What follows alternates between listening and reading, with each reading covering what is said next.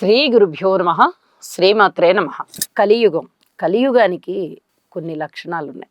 కలిపురుషుడు బ్రహ్మగారి దగ్గరికి వెళ్ళి, నా యొక్క సామ్రాజ్యం భూమండలం అంతా నేను పరిపాలించాలి, ఏ విధంగా నా పరిపాలన ఉండాలి, మరి నేను ఏ విధంగా సంచరించుకోవాలి అని చెప్పి అడిగట.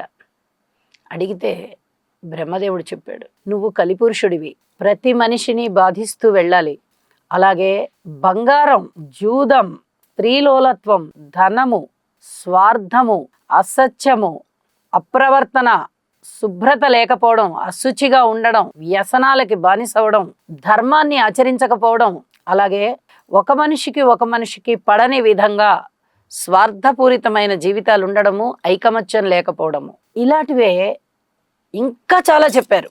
బ్రహ్మదేవుడు, కలిపురుషుడు బ్రహ్మదేవునితో అన్నాడు అనమాట, స్వామి, నేను ఇవన్నీ చేస్తున్నాను, మరి నేను ఎటువంటి వాళ్ళ దగ్గరికి వెళ్ళకూడదు, నా రాజ్యం ఇప్పుడు నేను విజృంభించాలి, మీరు చెప్పిన ఈ లక్షణాలన్నింటినీ నేను చేస్తాను, చూస్తాను, వెళ్ళి ఇవన్నీ చెయ్యాల్సిందే. నాకు మీరు ఒక డ్యూటీ వేశారు.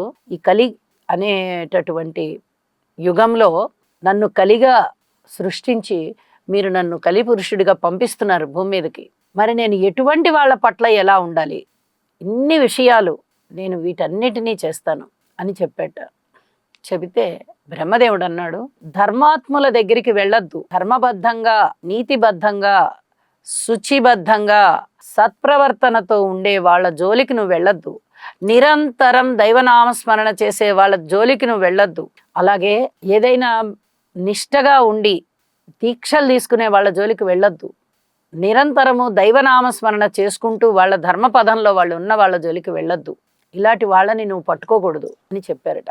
సరే స్వామి అని చెప్పి ఇంకా తను ఇలా అడుగుతున్నాడు, అసలు ఈ కలియుగంలో మానవులు దేని మీద ఆధారపడి ఉంటారు, ఏ విధంగా వాళ్ళు జీవనం చేస్తూ ఉంటారు, ఏ ఏ విషయం మీద వాళ్ళు ఆధారపడి ఉంటారు అని అడిగితే బ్రహ్మదేవుడు చెప్తున్నారు, ఈ కలి లక్షణాలే ఇవి. ఇప్పుడు చెప్పుకున్నవన్నీ కలి లక్షణాలు. ఎలాంటివి కలి లక్షణాలు?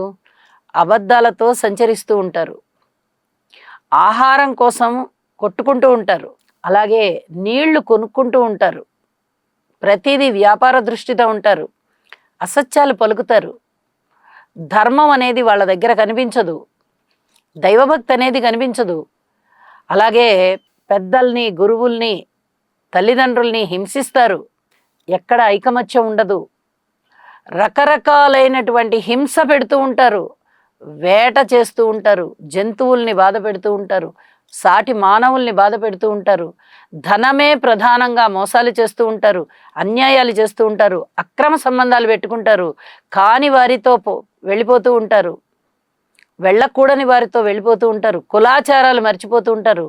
ఇలాంటి వాటన్నిటితోనూ నిండి ఉండి సత్ప్రవర్తన లేని విధంగా బంగారం కోసం తగవులాడతారు, ధనము కోసం తగవులాడతారు, మోసాలు చేసుకుంటారు, అబద్ధాలు చెప్తారు.